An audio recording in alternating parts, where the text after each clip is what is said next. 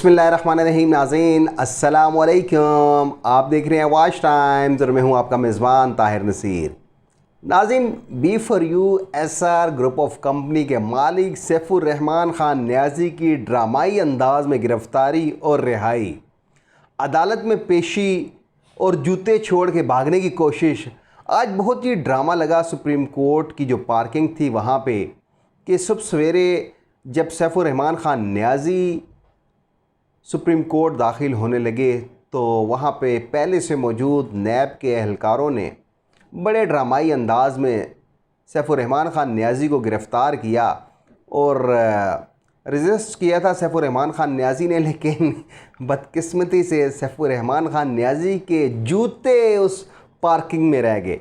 खैर, इसके ऊपर कायम मकाम चीफ जस्टिस सुप्रीम कोर्ट ने नोटिस लिया और नैब हुकाम को मुलजिम समेत अदालत में पेश करने का हुक्म दिया।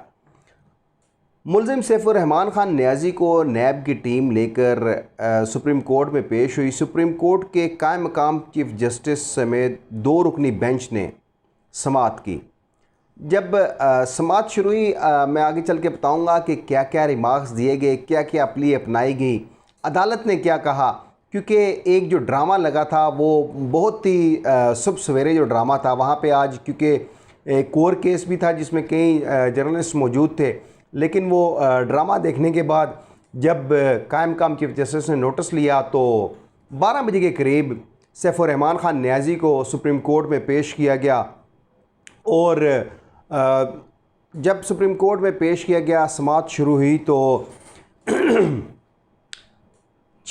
कायम मकाम जो चीफ जस्टिस है उमर अता बंदयाल, उन्होंने ये रिमार्क्स दिए कि मुलजिम को सुप्रीम कोर्ट के हाथे से ड्रामाई अंदाज में उठाया गया, इतनी क्या उजलत थी। जिसके ऊपर जो नैब के प्रोसिक्यूटर जनरल थे उन्होंने मौक़िफ़ अपनाया कि मुझे भी इस केस के मुतल्लिक कुछ मालूम नहीं है, कि हक़ाइक़ मालूम नहीं है। इतना सिर्फ मालूम है कि इस मुलजिम की हाई कोर्ट से ज़मानत खारिज हुई थी, उसके बाद ये फ़रार हुआ। नैब ने कोशिश की लेकिन मुलजिम पकड़ा नहीं गया। इस पर जो सैफुर रहमान ख़ान न्याज़ी के वकील थे सरदार लतीफ़ ख़ान खोसा, उन्होंने ये दलाइल दिए कि मैंने आज तक सेशन कोर्ट में भी ऐसी हरकत नहीं देखी जो आज सुप्रीम कोर्ट में हुई।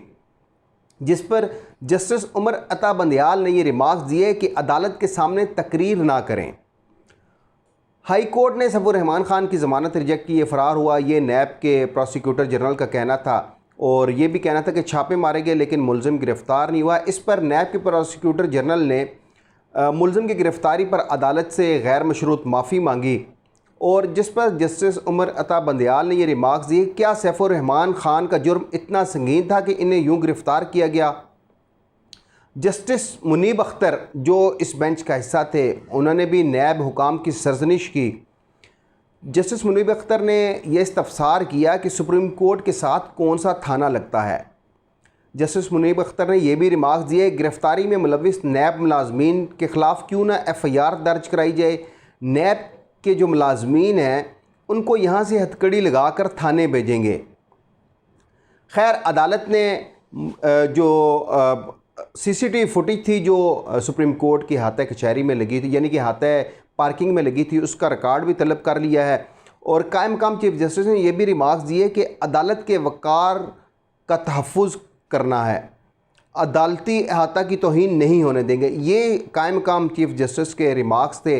नैब मुलाजमीन की शनाख्त और CCTV फुटेज का रिकॉर्ड भी तलब किया गया है। अब यहाँ पे नाज़रीन आपको एक बात और बताऊँ कि B4U के जो मेम्बरान हैं वो बड़ी खुशखबरियाँ, बड़ी मिठाइयाँ तकसीम कर रहे हैं। अब उनको मालूम नहीं कि असल में हुआ क्या है। जिस तरह इस्लामाबाद हाई कोर्ट में सैफुर रहमान ख़ान न्याज़ी की अबूरी ज़मानत थी, वो चलती रही 4-5 माह, इसी तरह आज ये अबूरी ज़मानत की पहली हेयरिंग थी।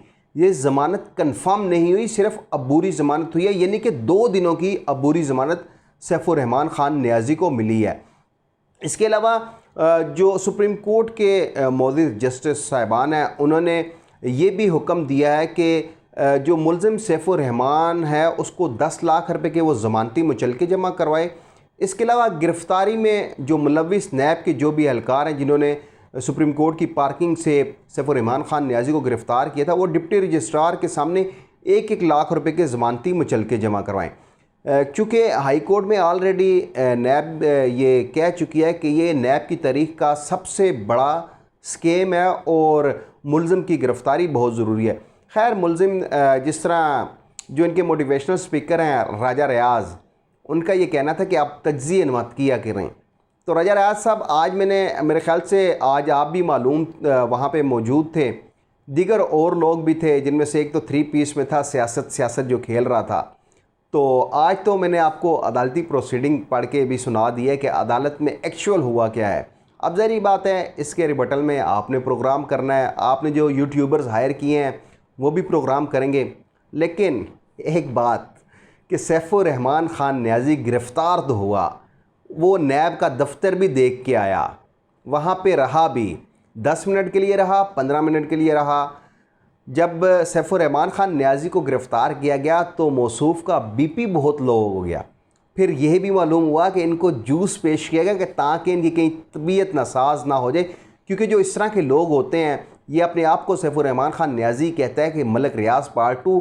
ऐसे जो लोग होते हैं, जब इन पे हाथ डलता है, या तो ये दिल के मरीज़ निकल आते हैं, या इनका बीपी शूट कर जाता है, या इनका बीपी लो हो जाता है, ये हाई टेंशन में चले जाते हैं। तो फिर इनको अस्पताल से चेकअप करवाना पड़ता है। फिर इनके जिस तरह आदम अमीन चौधरी को जब गिरफ़्तार किया गया तो उसने भी एक एहतसाब अदालत के अंदर एक ड्रामा किया था और दिल पकड़ लिया था, जैसे कि उसको हार्ट अटैक हुआ है। लेकिन उस पर जो एहतसाब अदालत के मोअज़्ज़िज़ जज थे, उन्होंने भी कोई रिमार्क्स दिए थे, वो मैं अपने वीलॉग में कह चुका हूँ।